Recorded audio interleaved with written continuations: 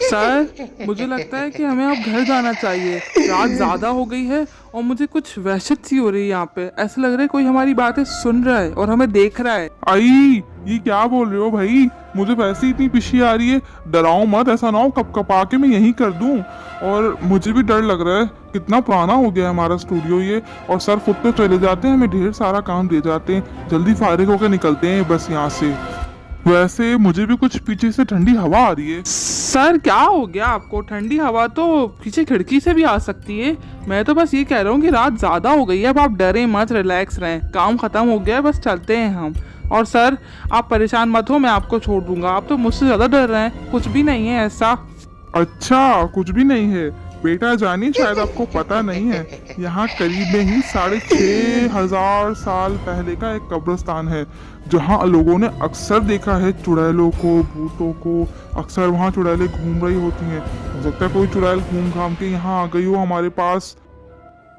सरकटा भी देखा है मैंने यहाँ पर। आपको पता है सर, कुछ दिनों पहले जब मैं यहाँ से जा रहा था ना, तो एक आदमी का सर ही नहीं था और वो जा रहा था। बाद में पता चला तो उसने सर पे टोपा पहना हुआ था और ऐसा लग रहा था जिससे उसका सर ही नहीं है। अरे आप डर क्यों रहे हैं? कोई चुड़ैल यहाँ क्यों? ओह डैम, मैं तुम्हें बोला है ना, तुम मुझे बिला वजह इतना मत डराओ। वैसे तो मैं बहुत बहादुर दिखता हूँ लोगों को, लेकिन सच बताऊं तो मेरी बहुत फटती है इन बातों से। वैसे सर चुड़ैल दिखती कैसी होगी? सर आपने तो देखी होगी कभी ना कभी अपनी जिंदगी में। वैसे खतरनाक होंगी ना? मैंने तो फिल्मों ड्रामों में सुना है शायद ऐसी होती हो खतरनाक। ओहो, मुझे लगता है यहाँ सच में कोई और है हमारे अलावा। मुझे बहुत ऐसा महसूस हो रहा है कि कोई मेरे पीछे है या आगे है। तुम ऐसी फजूल बातें मत करो, मुझे वाकई में डर लग रहा है। तुम समझ क्यों नहीं रहे हो मेरी बात? और तुम बिला वजह की बातें मत करो। हैं सर, ये क्या कह रहे हैं आप? मैं तो निकल रहा हूँ भाई। मैं तो आपसे एक छोटा सा मजाक कर रहा था, आप तो सच में ही इसी बातें करने शुरू हो गए। सर मुझे कुछ भी महसूस नहीं हो रहा भाई, एक आम सी बात है, रात हो जाती है तो सन्नाटे हो जाते हैं, इसीलिए खौफ आ रहा है, बस जा रहा हूँ। टाइम देखो 3:30। ये क्या हुआ है? मुझे किसने धक्का दिया है यहाँ पे? ओ भाई चलो यहाँ से, मैं सच कह रहा हूँ, कोई और मौजूद है यहाँ पर। वैसे एक बात बोलूं, तुम कितने अच्छे हो, कितने खूबसूरत हो। सर एक मिनट। सर मुझे लगता है आपको बहुत ज़्यादा नींद आ रही है, हमें घर चलना चाहिए। चले मैं आपको छोड़ देता हूँ रास्ते में, और बिला वजह परेशान मत हो, कुछ भी नहीं है, सब कुछ ठीक है, रिलैक्स हो जाएं। सही है, कोई ऐसा मसला नहीं है, काम ख़त्म हो गया, अब चलते हैं। तुम्हारी हिम्मत कैसे हुई मेरी बात काटने की? मैं कुछ कह रही थी, प्यार भरी बातें कर रही थी।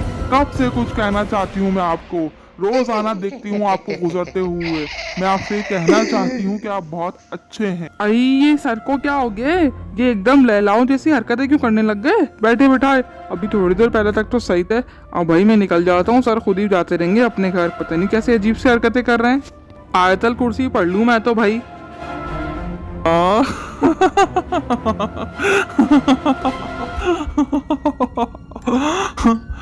बस सुनो, तुम आज से घर के सारे काम तुम खुद करोगी और मुझे बोलने की बिल्कुल जरूरत नहीं है। मैं सिर्फ आराम करूंगी और मस्ती करूंगी, तुम मुझे बैठे बिठाए खिलाओगी। और हाँ, मैं कोई 2 रोटी नहीं खाऊंगी। ये एक मिनट, ये इनको क्या हो गया है भाई? काम का असर क्या दिमाग पे चढ़ गया है? ये औरतों जैसी बातें क्यों करने लग गए? खाऊंगी करूंगी, और ये 2 रोटी नहीं खाऊंगी का मतलब है कितनी रोटियां खाएंगी भाई? ये 1 मिनट खाएंगे ये? 1 मिनट वहीं बैठी रहो, तुम समझाती हूँ मैं तुम्हें अच्छे तरीके से। बस सुनो, बस अब बहुत हो गया, बहुत काम करवा लिया तुमने मुझसे। अब मुझे बस आराम देने का टाइम है। मैं बहुत थक जाती हूँ, अब सिर्फ आराम करूंगी। 1 मिनट, आप बस सुकून से मेरी एक बात सुने। आपकी तबीयत तो सही है ना? ये आप अचानक से कैसी बातें करने लग गए लड़कियों वाली? खाऊंगी करूंगी जाऊंगी, आपके सर में मालिश कर दूं? ओ सॉरी, आप तो इससे नाराज हो जाते हैं, आपके बाल पहले से ही कम है।